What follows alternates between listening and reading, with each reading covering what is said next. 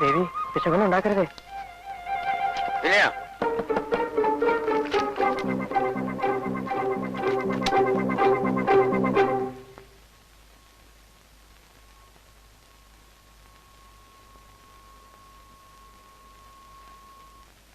പഠിപ്പ് മുറിയിൽ ഈശ്വരന്മാർ കൂട്ടിനുള്ളത് നല്ലതാണ്. അതെനിക്കറിയാൻ ഡാഡി, അതുകൊണ്ടാ.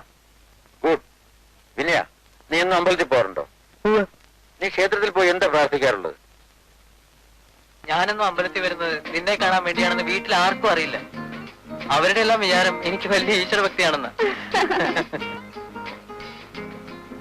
നീ എന്താ ആലോചിക്കുന്നത്? ചോദിച്ചു കേട്ടില്ലേ?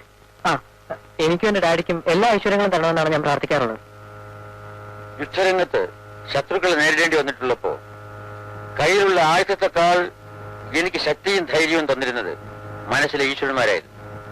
ആ മണി 10 കിടന്നുറങ്ങ്. നാളെ രാവിലെ പഠിച്ചാൽ മതി. Good night. Good night.